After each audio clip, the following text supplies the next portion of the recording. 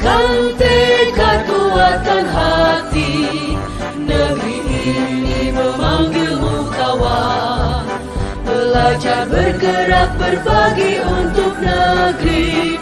Guru penggerak, majukan pendidikan. Guru penggerak menghamba pada murid. Kreatif, rancang pembelajaran. Hargai potensi, tingkatkan prestasi. Lahirkan profil pelajar Pancasila. Belajar, bergerak, berbagi untuk negeri. Kita menjalin kolaborasi. Belajar, bergerak, berbagi untuk negeri. Demi bakti pada Ibu Pertiwi.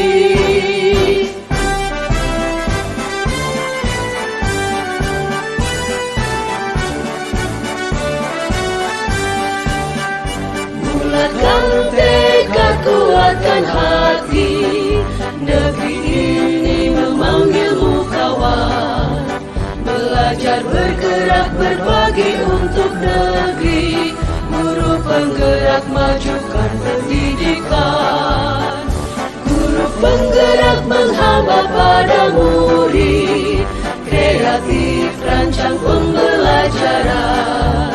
Hargai potensi, tingkatkan prestasi. Lahirkan profil pelajar Pancasila. Belajar, bergerak, berbagi untuk negeri. Kita menjalin kolaborasi. Bismillahirrahmanirrahim. Assalamualaikum warahmatullahi wabarakatuh. Puji syukur kita panjatkan kehadirat Allah Subhanahu wa Ta'ala yang senantiasa melimpahkan rahmat dan kasih sayangnya kepada kita sekalian, sehingga pada kesempatan ini kita masih diberi kesehatan untuk datang di tempat yang penuh berkah ini, guna untuk mendengarkan sosialisasi, menyebarkan pemahaman dan pengalaman penerapan budaya positif yang akan dibawakan langsung oleh Ibu Andi Kuspalasani SPD sebagai calon guru penggerak angkatan ke-7. Kepada beliau kami silakan. Terima kasih. Bismillahirrahmanirrahim. Assalamualaikum warahmatullahi wabarakatuh. Yang terhormat Bapak Kepala Sekolah SDN 1 Satuan Pangebo serta rekan-rekan guru sekalian yang saya hormati pula. Puji syukur kita panjatkan kehadirat Allah Subhanahu wa Ta'ala karena pada kesempatan ini kita bisa berkumpul di tempat ini guna menjalankan tugas guru penggerak, yaitu pada modul 1.4, yaitu budaya positif. Nah, ini adalah tugas dari program guru penggerak yang terakhir di sub 4. Baiklah, sebelum kita memasuki materi inti, saya harapkan Bapak dan Ibu guru bisa berdiri. Kita akan merefleksikan otot-otot kita supaya bisa lebih fokus. Ya, silakan Bapak Ibu berdiri.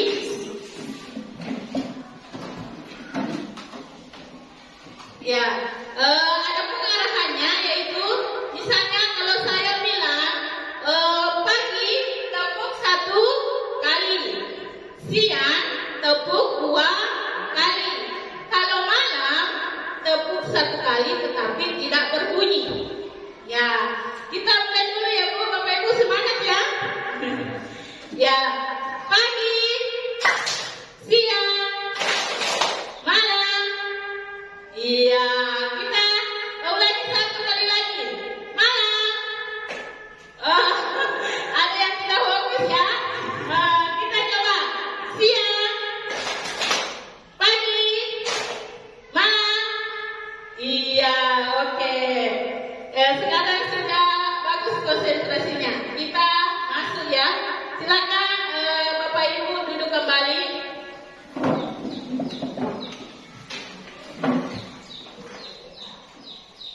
Nah, selamat datang para guru hebat. Mari belajar bersama, berkolaborasi, saling mendukung demi mewujudkan kedisiplinan positif di sekolah kita tercinta ini. Nah, ada pun yang kita bahas di sini yaitu konsep utama modul budaya positif. Di sini ada 7 agenda. Yang pertama, perubahan paradigma belajar. Yang kedua, disiplin positif. Dan yang ketiga, motivasi perilaku manusia. Yang keempat, kebutuhan dasar manusia. Dan yang kelima, posisi kontrol restitusi. Yang keenam, keyakinan kelas. Yang terakhir itu adalah statistika restitusi. Nah, pada pembelajaran dengan paradigma baru ini, di sini dirancang berdasarkan prinsip pembelajaran yang terdiferensiasi, sehingga setiap siswa belajar sesuai dengan kebutuhan dari tahap perkembangannya untuk mewujudkan profil pelajar Pancasila. Nah, mungkin dulu-dulu kita mengajar, kita samaratakan semua kemampuan siswa, baik yang mempunyai kebutuhan khusus maupun yang lainnya. Kalau sudah misalnya kelas 2 atau kelas 3 disamaratakan kemampuannya. Padahal anak-anak itu berbeda semua kemampuannya. Ya, ada yang bisa membaca, ada yang cepat, ada yang lambat membaca. Nah, di sini di profil pelajaran Pancasila kita dituntut untuk melakukan pembelajaran yang terdiferensiasi, artinya sesuai dengan kebutuhan siswa. Nah, yang selanjutnya sebelum masuk disiplin positif, ada yang tahu Bapak Ibu guru apa itu disiplin? Biasanya yang kena kata-kata disiplin, ada yang tahu Bapak atau Ibu guru? Iya, ya. Jadi disiplin itu adalah aturan ya. Dalam budaya kita, makna kata disiplin dimaknai menjadi sesuatu yang dilakukan seseorang pada orang lain untuk mendapatkan kebutuhan. Kita cenderung menghubungkan kata disiplin dengan ketidaknyamanan. Contoh misalnya anak-anak yang terlambat biasa diberi hukuman. Itu adalah contoh yang dulu itu disebut dengan disiplin. Nah, sebagai pendidik, tujuan kita adalah menuntun anak-anak supaya memiliki kedisiplinan diri sehingga mereka bisa berperilaku dengan mengacu pada nilai-nilai kebajikan universal dan memiliki motivasi intrinsik, bukan ekstrinsik, ya. Jadi motivasi intrinsik di sini yaitu motivasi yang berada yang timbul dari dalam diri. Misalnya anak-anak motivasi belajar misalnya kalau diberi hadiah, itu adalah termasuk motivasi ekstrinsik, berasal dia dari luar karena dia semangat karena diberi hadiah. Kalau dia ekstrinsik, dia termotivasi dari dalam dirinya. Bahwa saya mau belajar supaya bisa pintar, bisa menambah pengetahuan. Nah, disiplin positif merupakan salah satu cara penerapan disiplin yang bertujuan untuk menumbuhkan kesadaran serta memberdayakan anak untuk melakukan sesuatu tanpa sogokan, ancaman maupun hukuman. Ya, jadi tidak ada sogokan, tidak ada ancaman maupun hukumannya. Nah, agenda yang ketiga yaitu motivasi perilaku manusia. Nah, motivasi perilaku manusia di sini mendorong atau dorongan yang timbul pada diri seseorang secara sadar atau tidak sadar untuk melakukan sesuatu tindakan dengan tujuan tertentu. Nah, di sini yang pertama itu menghindari ketidaknyamanan dan hukuman. Jadi murid melakukan disiplin diri karena ia takut dihukum. Nah, ini termasuk adalah motivasi ekstrinsi seperti tadi yang sudah dibahas sebelumnya. Yang kedua itu mendapatkan imbalan atau penghargaan dari orang lain. Nah, di sini murid melakukan disiplin diri karena ia ingin mendapat imbalan. Nah, ini juga merupakan motivasi ekstrinsik. Ya. Selanjutnya, menghargai nilai-nilai kebajikan diri sendiri. Nah, di sini murid melakukan disiplin diri karena sadar akan nilai kebajikan dirinya. Ini yang untuk murid, yaitu mempunyai motivasi intrinsik. Nah, di sini ada hukuman dan penghargaan. Hukuman dan penghargaan di sini adalah konsep disiplin dengan identitas gagal. Ya, misalnya kalau kita memberikan anak didik kita hukuman, maka anak didik kita merasa pasti menyakitkan. Pasti dia ingin memberontak. Yang kedua, tidak nyaman. Selanjutnya, yang ketiga, murid takut. Murid takut kepada guru. Nah, untuk pada profil pelajar Pancasila di kurikulum Merdeka di sini, kita sebagai pendidik itu harus membentuk murid. Yang selanjutnya, memaksa. Nah, kita juga tidak bisa memaksa murid sesuai dengan kehendak kita. Jadi apa yang diinginkan murid, maka itu kita tuntut supaya bisa menjadi lebih baik. Yang selanjutnya, murid menyembunyikan kesalahan. Ya, dengan adanya hukuman pasti murid takut, maka dia bisa saja menyembunyikan kesalahannya.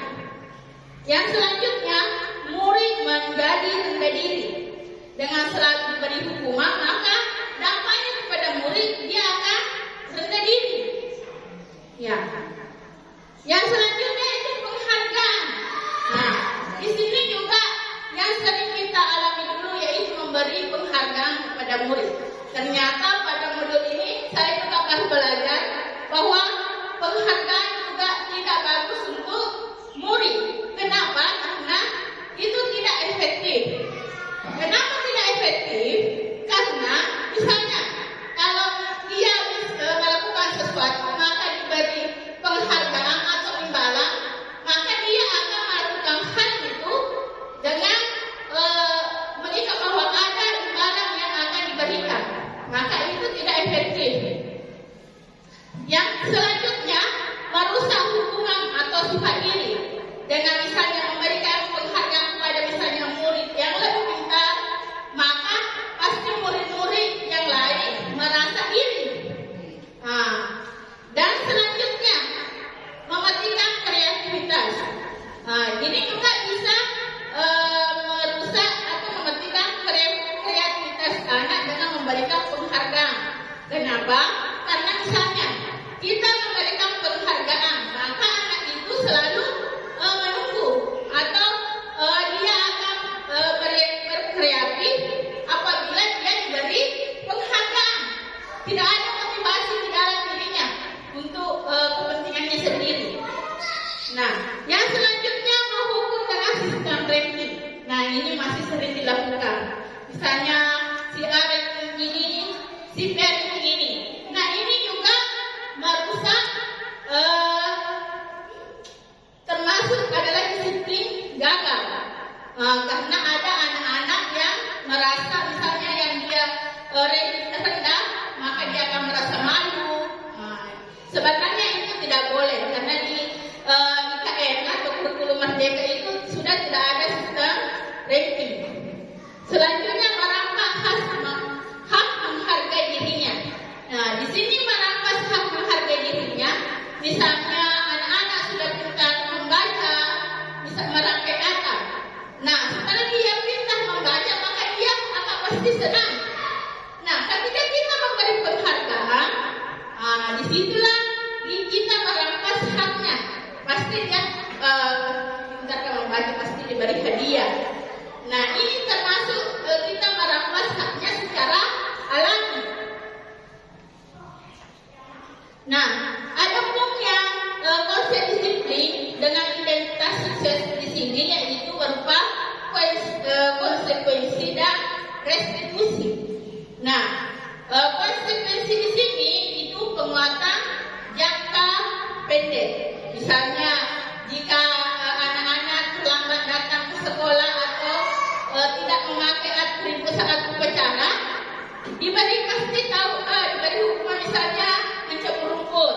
Nah, ini adalah penguatan jangka pendek, hanya berlaku jangka pendek dan perlu monitoring berkelanjutan. Jadi jika kita tidak monitor, itu pasti akan berhenti. Jadi perlu monitoring yang berkelanjutan kalau pakai konsekuensi. Selanjutnya stimulus respon.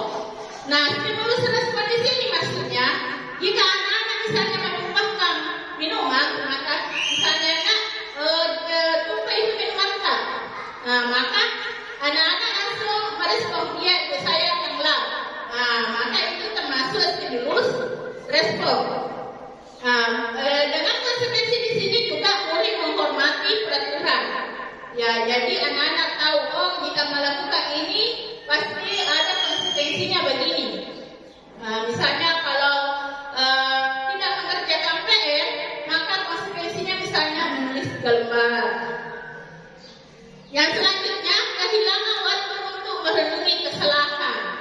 Nah, di sini pasti anak-anak kehilangan waktu untuk merenungi kesalahannya karena sudah ada konsekuensi yang sudah ditentukan. Jadi tidak ada kesalahan ini harus saya perbaiki begini. Jadi tidak ada waktu untuk merenungi kesalahannya. Selanjutnya yang restitusi. Nah, di sini murid bertanggung jawab untuk perilakunya. Nah, restitusi itu adalah menyelesaikan masalah. Nah, di sini dengan adanya restitusi, murid bisa bertanggung jawab untuk perilakunya. Yang kedua, fokus pada pemecahan masalah jangka panjang. Nah, misalnya kalau anak-anak tidak mengerjakan PR, maka akan ditanyakan dengan baik kenapa misalnya tidak mengerjakan PR. Nah, otomatis secara alami dia akan berdampak jangka panjang. Yang selanjutnya, murid menghormati dirinya dan orang lain. Ya, selain menghormati orang lain, dia juga menghormati dirinya. Selanjutnya, teori kontrol. Di sini dia memegang kontrol atas dirinya sendiri, bukan paksaan orang lain. Selanjutnya, murid bersemangat memperbaiki kesalahan. Ya, di sini dengan adanya misalnya kesalahan yang dilakukan, maka murid bisa memperbaiki kesalahannya. Misalnya tidak mengerjakan tadi PR, maka dia secara alami dia baik. Misalnya dia mengerjakan PR dengan baik, dia secara alami bersemangat untuk memperbaiki kesalahannya. Nah, adapun konsep disiplin dengan pendekatan restitusi itu sebuah cara menanamkan disiplin positif pada murid. Nah, adapun pengertian restitusi adalah proses menciptakan kondisi bagi murid untuk memperbaiki kesalahan mereka sehingga mereka bisa kembali pada kelompok mereka dengan karakter yang lebih kuat menurut Gosek 2004. Nah, adapun ciri-ciri restitusi. Nah, ciri-ciri restitusi di sini yaitu bukan menebus kesalahan, namun belajar dari kesalahan. Ya, yang kedua memperbaiki hubungan. Itu adalah ciri-ciri restitusi. Yang ketiga tawaran, bukan paksaan. Yang selanjutnya menuntun untuk melihat ke dalam diri. Jadi anak-anak diajar untuk melihat ke dalam dirinya apa sebenarnya yang terjadi dan apa yang bisa diperbaiki ke depannya. Yang selanjutnya, mencari kebutuhan dasar yang mendasari tindakan. Kebutuhan dasar apa sebenarnya yang dibutuhkan sehingga hal itu terjadi. Yang selanjutnya, fokus pada karakter, bukan tindakannya. Jadi di tes institusi ini kita fokus pada karakter murid, bukan tindakan yang dilakukan. Nah, selanjutnya menguatkan dan fokus pada solusi. Jadi di sini kita kuatkan murid dan fokus pada solusi yang diberikan. Nah, ini contoh. Ada sebuah contoh kasus siswa sering tidak mengerjakan PR. Misalnya, kalau kita beri hukuman, contoh, guru menghukum siswa tersebut hormat bendera selama 10 menit. Jadi misalnya jika siswa tidak mengerjakan PR, kita hukum dengan misalnya hormat pada bendera 10 menit. Yang kedua, guru marah dan murid menjadi takut. Dengan kita marah-marah kepada anak-anak, murid akan menjadi takut. Yang selanjutnya, dengan konsekuensi. Nah, dengan konsekuensi di sini, guru memberikan konsekuensi untuk mengerjakan PR-nya saat dia istirahat atau dikerjakan sebanyak 3 kali lipat. Nah, misalnya anak-anak jika tidak mengerjakan PR, maka dia tahu konsekuensinya bahwa kalau kita tidak mengerjakan PR, konsekuensinya kita tidak ada yang istirahat dan bisa mengerjakan 3 kali lipat. Yang kedua, guru tegas dan siswa menghormati peraturan. Ya, dengan konsekuensi di sini kita guru tegas dan tetapi siswa menghormati peraturan.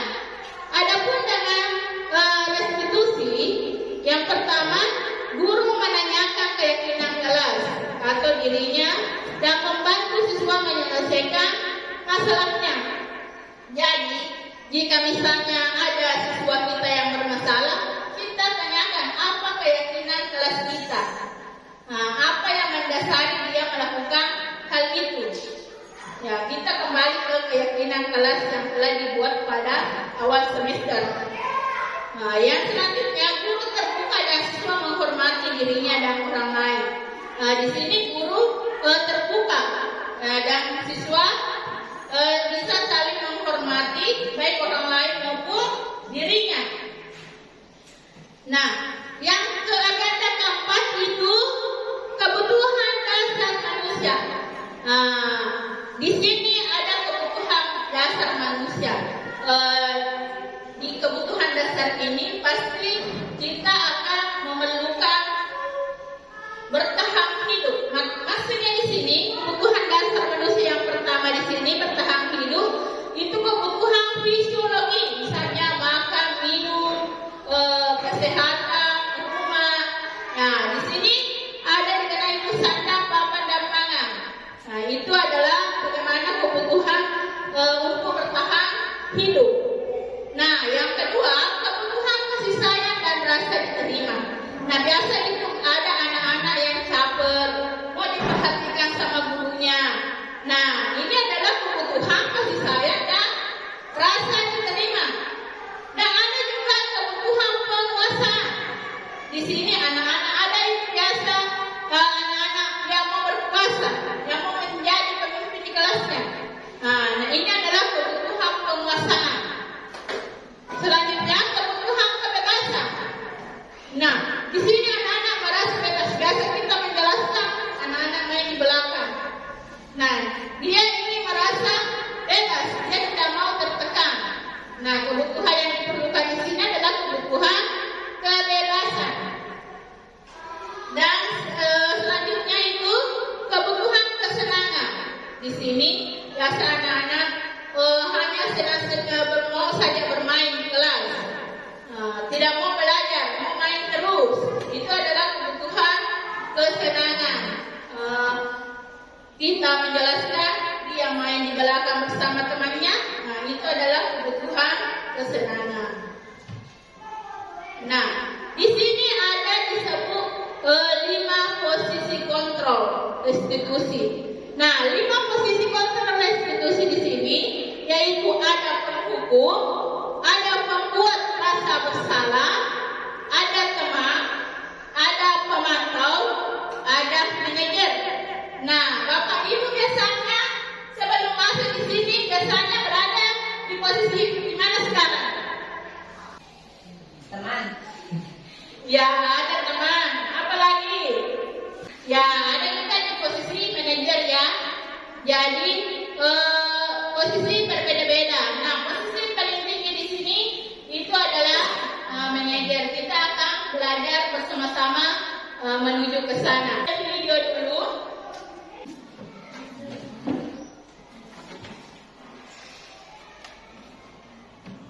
Nah, sekarang Bapak Ibu kita saksikan video 5 posisi kontrol restitusi. Di sini kita bisa nanti membedakan di mana posisi penghukum, teman, pemantau, dan manajer. Role dalam restitusi adalah proses perjalanan seorang pendidik agar dapat mengenali dirinya. Pada video kali ini, kita akan membahas tentang 5 posisi kontrol yang dikembangkan oleh Diane Gosser dan contoh penerapannya.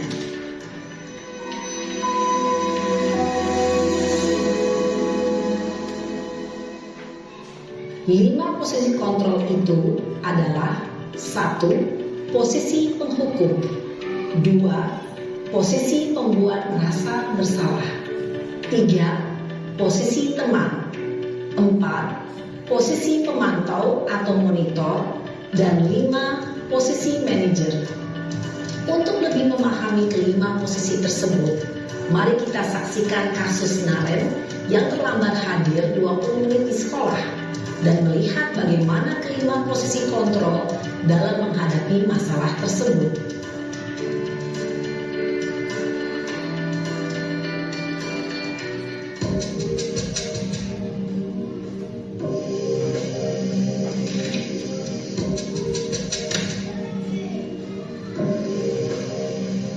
Naren, sini kamu. Selamat pagi, Bu. Selalu terlambat. Kamu deh, pasti terlambat. Maaf, Bu. Saya Apa? Apa coba? Alasan kamu apa lagi? Kapan sih kamu tidak terlambat? Malas sekali ya kamu jadi anak. saya Dasar pemalas. Gak kapok-kapok sih kamu. Sudah berapa kali terlambat? Sana, kamu keliling lapangan basket 2 kali. kenapa saya harus keliling lapangan basket, Bu? Kenapa? Kamu melawan ibu? Berani-beraninya jawab.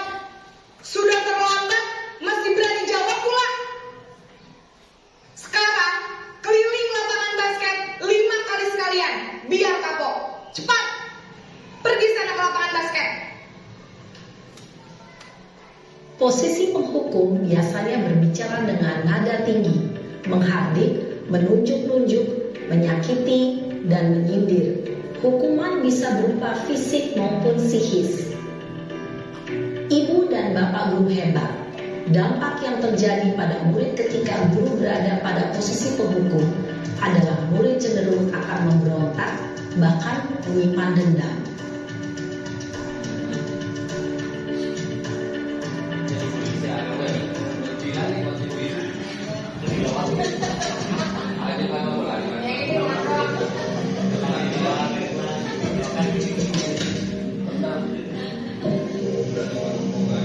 Naren,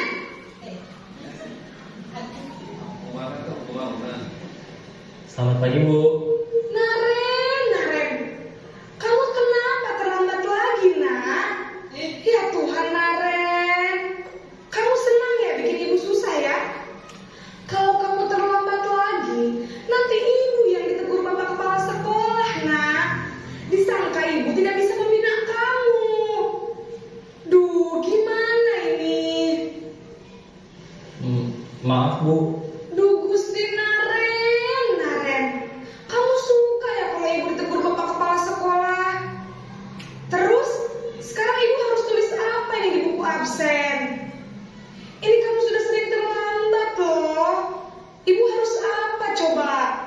Maaf Bu, maaf sekali. Ya sudah, lain kali jangan bikin ibu susah lagi ya nak ya. Ibu tidak akan kuat lagi kalau kamu begini terus. Bisa jantungan kalau ibu ditegur bapak kepala sekolah. Sana cepat ke kelas. Maaf ya Bu, maaf sekali. Posesi pembuat rasa bersalah berbicara dengan nada tenang, cenderung lembut. Namun kata-kata yang diutarakan membuat murid merasa menjadi orang yang gagal, memandang buruk dirinya sendiri, merasa tidak berharga, dan tidak sanggup membahagiakan orang lain. Ketika guru mengambil posisi pembuat rasa bersalah, murid akan menganggap dirinya yang bersalah dan ia akan menyimpan emosi negatif tersebut di dalam dirinya.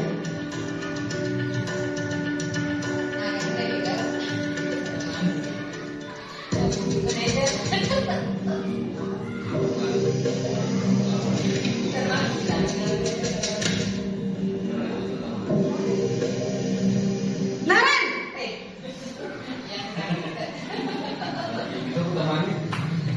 Selamat pagi Bu. Wah, sudah jam berapa ini nak? Terlambat lagi ya sayang. Iya Bu, habis ibu saya lupa bangunkan saya Bu. Kamu malah menyalahkan ibu kamu. Kamu bukannya anak yang larinya paling kencang. Kok terlambat sih? Iya Bu, saya memang terlambat bangun tadi. Jadi biarpun saya lari kencang, tetap gak kekejar Bu. Ya sudah sana. Nanti lain kali larinya lebih kencang lagi ya. Biar gak terlambat lagi. Bikin seneng ibu. Demi ibu. Bisa kan? Bisa lah Bu. Ya sudah sana masuk kelas. Ibu beresin urusan absen kamu. Kamu ini ada-ada saja. Dalam posisi teman, guru berbicara dengan nada suara ramah, akrab, cenderung bersenda gurau untuk menjaga suasana tetap santai. Murid akan merasa senang, aman, dan akrab dengan guru. Identitas yang tercipta adalah identitas sukses atau berhasil.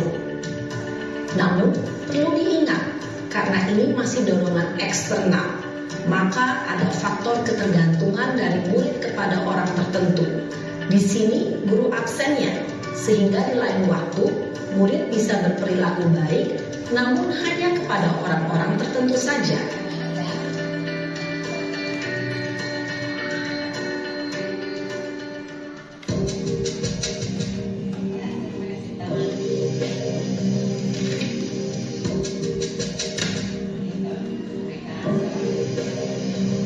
Naren!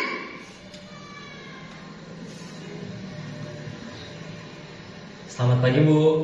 Naren, apa peraturan sekolah kita tentang jam berapa kita harus masuk sekolah, nak? Kita harus di sekolah jam 7 Bu. Iya betul, sekarang sudah jam 7.20. Naren sudah tahu konsekuensinya jika terlambat hadir. Paham Bu. Saya harus tinggal kelas pas jam istirahat selama 20 menit.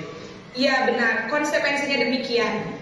Jadi nanti jam 9.30 pas istirahat, kamu harus tinggal di kelas, kerjakan tugas tambahan untuk ketertinggalan kamu, ya? Baik Bu. Posisi pemantau mengandalkan penghitungan atau data untuk mengontrol murid. Guru mengarahkan murid berdasarkan peraturan dan konsekuensi.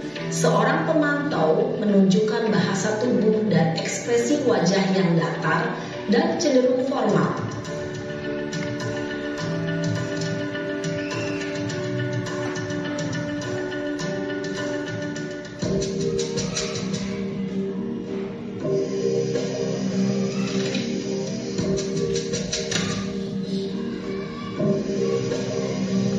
Naren!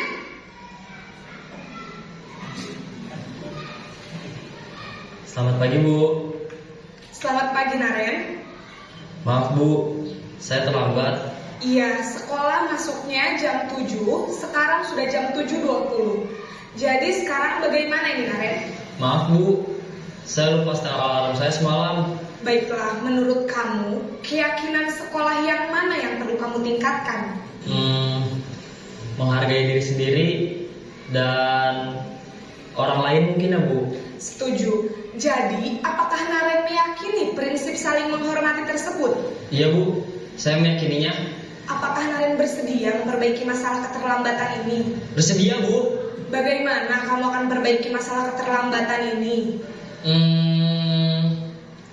Saya akan coba untuk tidak lupa menyetel alarm saya Bu. Baik, kalau Naren lupa menyetel alarm di rumah, ada orang yang kira-kira bisa bantu mengingatkan tidak? Ada Bu, kakak saya, Kak Emma. Ada lagi selain Kak Emma? Selain Kak Emma, ada ibu saya. Baik, jadi yang mengingatkan Naren adalah Kak Emma dan ibu kamu ya? Kira-kira akan mulai setel alarm kapan nih Naren? Setelah pulang sekolah, akan segera saya lakukan. Baik, jadi Naren akan setel alarm untuk bangun besok pagi dan akan diingatkan oleh kakak dan ibunda Naren ya. Ada lagi yang mungkin perlu dilakukan Naren agar tidak terlambat bangun lagi? Tidak ada Bu. Baik Naren, terima kasih untuk kerjasama kamu. Sekarang kamu perlu kembali ke kelas untuk belajar. Baik Bu, terima kasih. Posisi manajer adalah posisi kontrol yang disarankan untuk membimbing murid memiliki sikap disiplin yang positif, yaitu murid yang mandiri, bertanggung jawab, dan dapat memecahkan masalah. Tujuan dari posisi ini adalah agar murid dapat berefleksi atas tindakannya. Guru akan dengan tulus memberikan pertanyaan-pertanyaan bermakna, sehingga membuat murid dapat belajar dari kesalahannya dan mencari sebuah solusi untuk menyelesaikannya. Ibu dan Bapak guru hebat, setelah mengamati adegan kelima posisi kontrol tadi, kira-kira posisi mana yang paling ideal? Posisi mana yang dapat menunjang motivasi intrinsik murid? Ya, tentu posisi manajer. Posisi ini memang posisi ideal yang ingin dituju setiap pendidik. Nah, di sini tadi kita sudah menyaksikan video 5 posisi kontrol restitusi. Tentu Bapak ini sudah bisa membedakan kelima posisi kontrol di sini, yaitu penghukum, pembuat rasa bersalah, teman, pemantau maupun manajer. Nah, seperti tadi misalnya penghukum, patuhi aturan sekolah. Ada kata-kata kuncinya ya. Patuhi aturan sekolah lalu berdiri di depan barisan. Biasanya itu adalah penghukum. Dan pembuat rasa bersalah. Misalnya, Bu Guru harus memberitahu kamu, Bu Guru kecewa sama kamu. Nah, itu adalah pembuat rasa bersalah. Nah, pada posisi teman di sini seperti tadi adalah yang ketik buat Bu Guru bangga. Kali ini tidak apa-apa, kamu salah. Itu adalah posisi teman. Nah, di posisi pemantau, kamu sudah melanggar apa peraturan dan konsekuensinya. Kalau posisi manajer, apakah kamu tahu kesalahanmu? Kira-kira bagaimana kamu akan memperbaiki kesalahan ini? Nah, di sini adalah kita terus belajar bersama-sama supaya bisa mencapai posisi manajer. Karena untuk saat ini mungkin kita masih berada di posisi teman, atau masih membuat rasa bersalah, atau masih pemantau. Nah, kita akan bersama-sama menuju ke posisi manajer. Selanjutnya agenda ke-6 yaitu keyakinan kelas. Nah, mengapa kira-kira keyakinan kelas? Mengapa tidak peraturan kelas? Nah, pasti ada yang bertanya, apa sih bedanya keyakinan dengan peraturan? Nah, kalau keyakinan itu keputusan atau peraturan yang dibuat berdasarkan kesepakatan bersama atau diyakini bersama.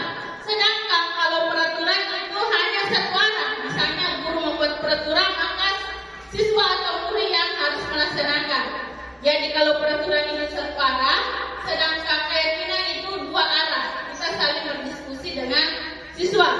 Nah, di sini mengapa kira-kira kita memiliki peraturan tentang penggunaan helm pada saat pengendaraan kendaraan roda 2? Kenapa kira-kira kita harus menggunakan helm?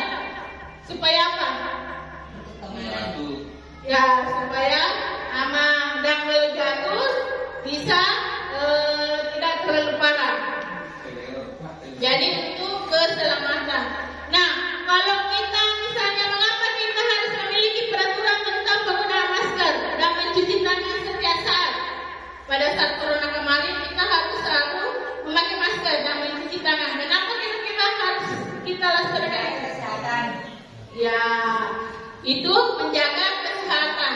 Nah, peraturannya itu di situ. Nah, untuk keyakinannya itu misalnya kita memakai helm untuk keselamatan, sedangkan kita mencuci tangan dan memakai masker itu adalah untuk kesehatan. Nah, pasti di dalam diri kita supaya kita sehat, maka kita harus mencuci tangan atau memakai masker. Misalnya kalau kita mau selamat, maka kita harus memakai helm. Ya. Nah, di sini kegiatan membuat keyakinan kelas. Nah, kemarin sebelum pembelajaran sebelum masuk di tahun ajaran atau pertama-tama masuk tahun ajaran di kelas 4, saya bersama siswa kelas 4 berdiskusi tentang peraturan yang kemudian merumuskan peraturan menjadi sebuah keyakinan. Nah, keyakinan itu akan terbentuk dan ditempel di dinding kelas. Keyakinan dan akan menjadi keyakinan kelas. Nah, ini adalah keyakinan kelas 4. Jadi misalnya kalau misalnya mau keluar minta izin. Jadi sudah ada keyakinan kelasnya. Nah, dalam membentuk keyakinan kelas, hal yang perlu diketahui itu yaitu lebih abstrak dari peraturan. Kita membuat kata-kata yang lebih abstrak dari peraturan. Yang kedua, berupa pertanyaan universal, pernyataan universal. Ya, misalnya disiplin waktu. Kira-kira misalnya jam 7.30 harus datang sebelum jam 7.30. Yang ketiga, dibuat dalam bentuk positif. Contoh misalnya, jangan bermain pada saat jam pelajaran. Nah, maka itu adalah kata-kata negatif. Kata-kata positifnya dibuat belajarlah dengan baik. Nah, itu berupa kata-kata positif. Yang keempat, sedikit saja agar mudah diingat. Jadi kalau terlalu banyak sulit juga diingat sama anak-anak. Selanjutnya, sesuai dengan kondisi kelas dan sekolah agar mudah diterapkan. Jadi dalam membuat keyakinan kelas itu harus disesuaikan dengan kondisi sekolah maupun kelas kita.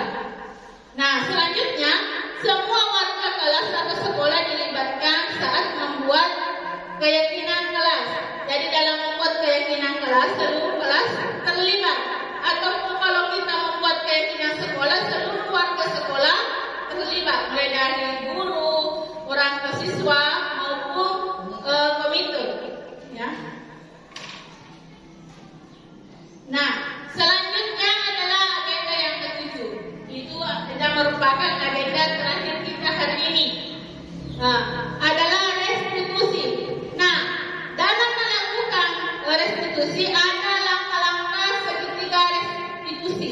Misalnya yang pertama itu menstabilkan identitas. Nah, di sini menstabilkan identitas di sini kita bertanya kepada murid.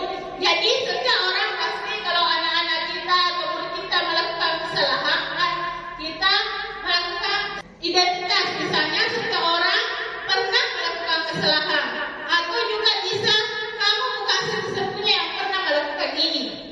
Nah, yang selanjutnya langkah kedua, validasi tindakan yang salah. Di validasi tindakan yang salah di sini ada beberapa pertanyaan, misalnya kamu tentu punya alasan kenapa melakukan ini. Kalau misalnya anak-anak siswa kita melakukan kesalahan, kita tidak langsung menyalahkannya atau menghukumnya. Kita bertanya,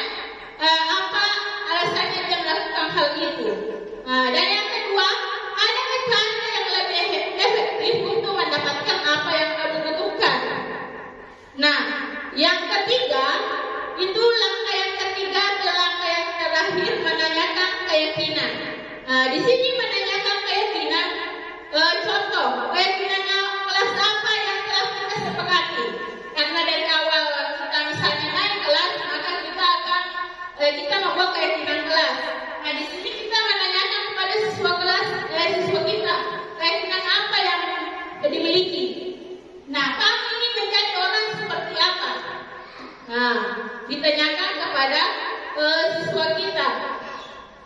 Nah, ada contoh penerapan segitiga restitusi yang saya lakukan di sekolah. Ada 2, yaitu terlambat datang sekolah dan lupa mengerjakan PR. Nah, ini adalah contoh restitusi yang saya lakukan. Nah,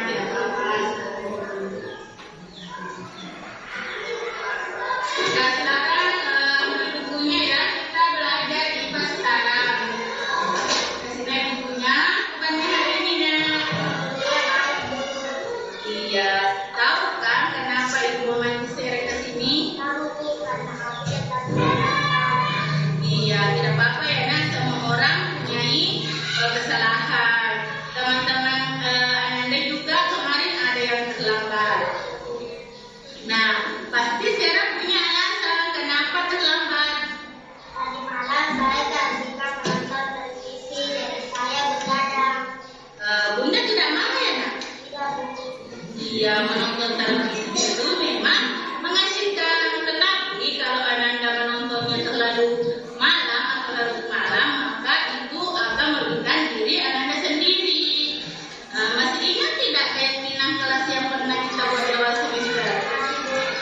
Coba sebutkan. Kerjakan tugas dengan baik, kebersihan keras, dan keluar minta izin benar secara bekerja dengan teman dan datang ke sekolah yang teman baru. Iya. Nah, saya tahu apakah keyakinan kelas itu harus dilaksanakan? Ya, Bu. Nah, bagaimana caranya supaya keyakinan kelas itu bisa dilaksanakan dengan baik? Aku tidak akan menonton televisi sampai larut malam supaya bisa datang ke sekolah tepat waktu. Nah, kira-kira kapan bisa dilaksanakan? Nah? Sebentar malam, Bu. Iya, itu adalah baik ya, nak. Jadi kalau anakku sudah melakukan yang terbaik, kira-kira anak akan menjadi orang seperti apa nanti ke depannya? Saya akan menjadi orang yang lebih disiplin lagi. Iya, baik ya, nak. Ya, silakan kembali untuk istirahat. Iya. Ini semua buku pena. Dan kita membahasnya ya. Ya.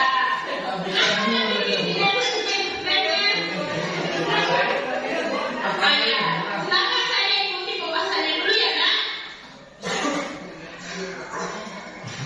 Yang Vicky tahu tidak kenapa itu nanti saya panggil. Iya, tidak apa-apa ya, nak. Semua orang pernah melakukan kesalahan. Nah, teman-teman Vicky yang kemarin-kemarin juga ada yang tidak mengerjakan PR. Nah, tentu Vicky mempunyai alasan kenapa tidak mengerjakan PR.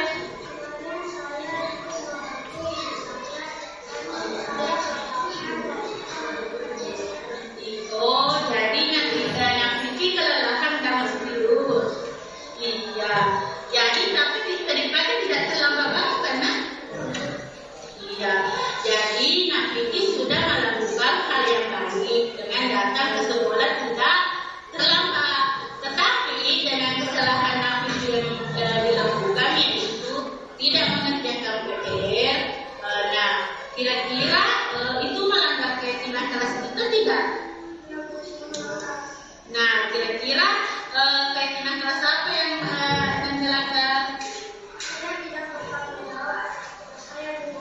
Nah, kalau tahu kira-kira menurut Vicky tanggung jawab itu penting tidak bagi Vicky? Bagaimana Vicky memperbaikinya supaya lebih baik ke depannya?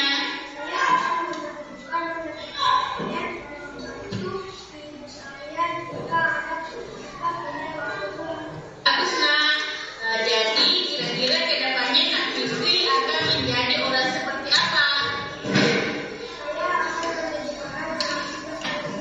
Iya, bagus ya, nak. Jadi Vicky sudah tahu apa yang harus dilakukan. Ya, silakan kembali ke tempatnya ya, nak. Kita siap-siap untuk pembelajaran selanjutnya. Ya, sama-sama, nak.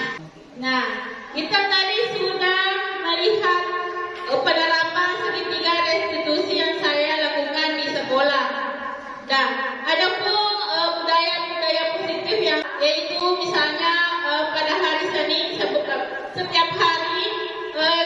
setiap anak-anak datang, guru saling bergantian untuk saling di depan atau di pagar di pintu depan sekolah. Yang kedua, di hari Selasa itu adalah literasi, di mana anak-anak bisa belajar membaca dan apa yang sudah dibaca diceritakan kembali. Dan yang ketiga itu di hari Rabu itu adalah sholat berjamaah. Nah, sudah dilakukan dan menjadi lakukan bermain game setiap hari Kamis sebelum masuk pembelajaran. Yang kelima ini adalah gotong royong membersihkan lingkungan sekolah atau Jumat bersih. Dan di hari Sabtu itu SKJ atau senam. Itulah kegiatan atau budaya positif di sekolah SDN 114 Kebo. Terima kasih. Demikianlah presentasi saya untuk hari ini. Saya kembalikan kepada moderator.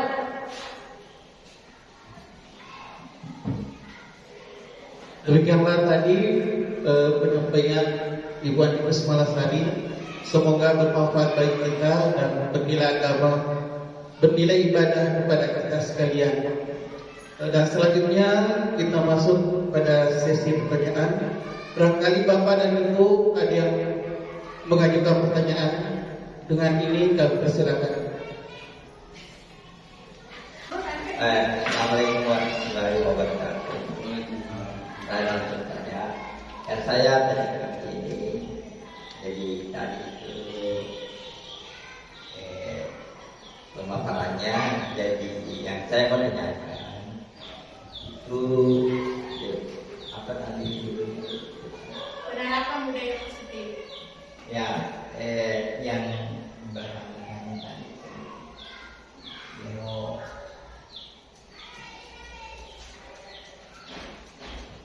Ya,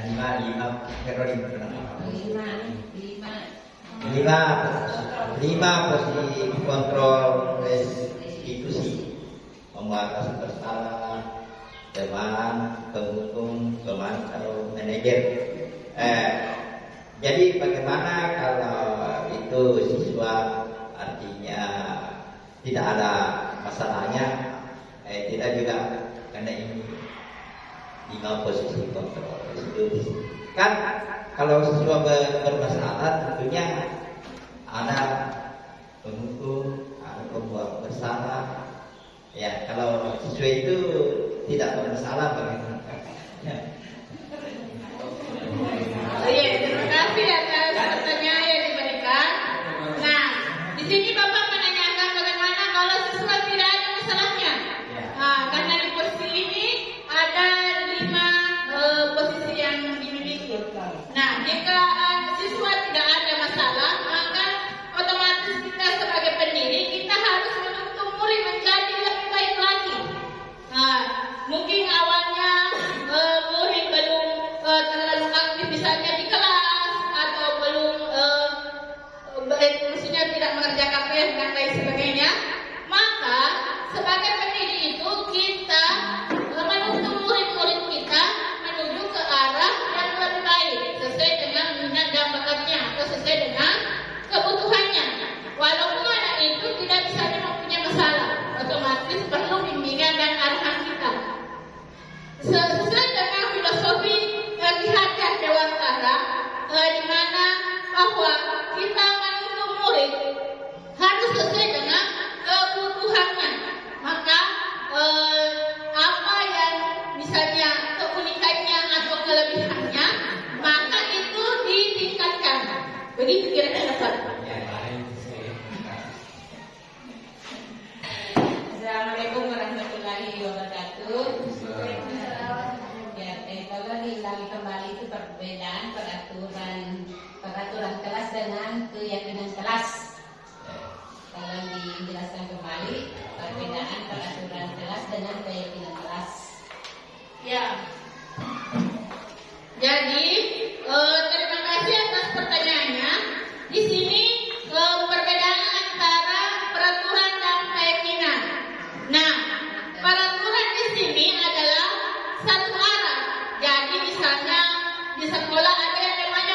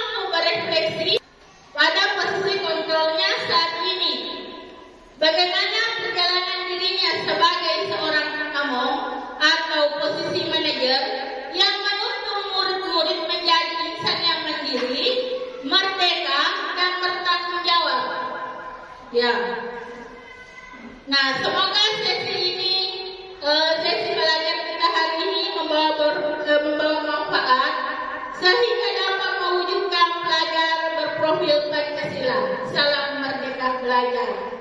Demikianlah yang sempat saya sampaikan. Kalau ada kesalahan dalam penyampaian, mohon maaf. Terima kasih. Wabillahi taufiq wal hidayah. Assalamualaikum warahmatullahi wabarakatuh.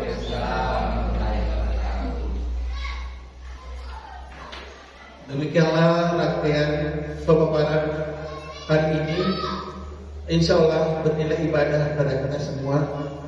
Dan kita akhiri berdepan pada kesempatan ini. Kita akhiri. Assalamualaikum warahmatullahi wabarakatuh.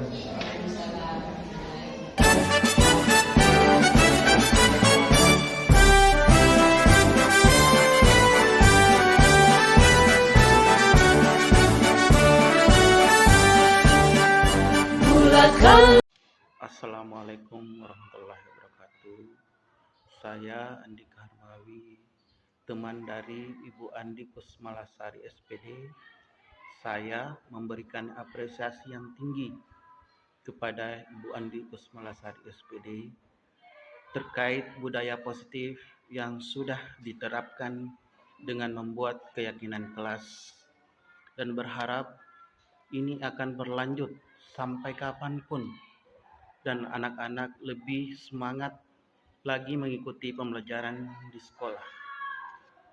Hai, Assalamualaikum warahmatullahi wabarakatuh. Perkenalkan, nama saya Alia Salsabila Ramadhani. Saya kelas 4. Wali kelas saya Ibu Andi Kusmalasari. Kami bersama-sama membuat keyakinan kelas. Saya senang sekali dilibatkan dalam membuat keyakinan kelas. Dengan adanya keyakinan kelas, kami bisa belajar nilai-nilai positif dan kami akan mematuhi keyakinan kelas agar membuat kami menjadi murid yang lebih baik. Tetap semangat Ibu Andi Kusmalasari. Hai, Assalamualaikum warahmatullahi wabarakatuh. Perkenalkan, nama saya Seratasyatul Kolbi dari kelas 4. Pada kesempatan kali ini, saya akan memberikan refleksi mengenai keyakinan kelas yang sebelumnya sudah dibuat dengan Ibu Andi Kusmalasari.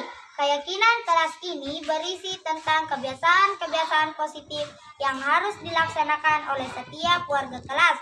Dan yang saya rasakan setelah dibuat keyakinan kelas ini dan diterapkan oleh setiap warga kelas, yaitu terciptanya kelas yang nyaman dan kelas penuh rasa kekeluargaan.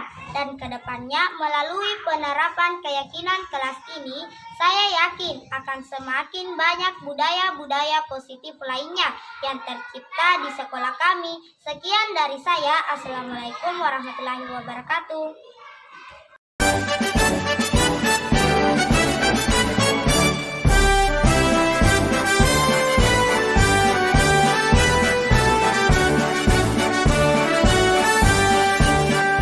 Bulatkan tekad, kuatkan hati, negeri ini memanggilmu kawan. Belajar bergerak berbagi untuk negeri, guru penggerak majukan pendidikan. Guru penggerak menghamba pada murid, kreatif rancang pembelajaran. Hargai potensi, tingkatkan prestasi, lahirkan profil pelajar Pancasila. Belajar bergerak berbagi untuk negeri, kita menjalin